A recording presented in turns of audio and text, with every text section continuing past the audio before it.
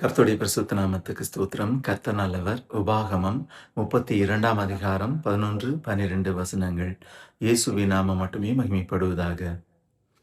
கழுகு தன் கூட்டை கலைத்து தன் குஞ்சுகளின் மேல் அசைவாடி தன் செட்டைகளை வீரித்து அவைகளை எடுத்து அவைகளை தன் செட்டைகளின் மேல் சுமந்து கொண்டு போகிறது போல கர்த்தர் ஒருவரே அவனை வழி நடத்தினார்.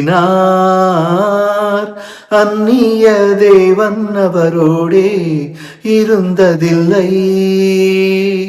கழுகு தன் கூட்டை கலைத்து தன் குஞ்சுகளின் மேல் அசைவாடி தன் செட்டைகளை வீரித்து அவைகளை எடுத்து அவைகளை தன் செட்டைகளின் மேல் சுமந்து கொண்டு போகிறது போல கர்த்தர் ஒருவரே அவனை வழி நடத்தினார்.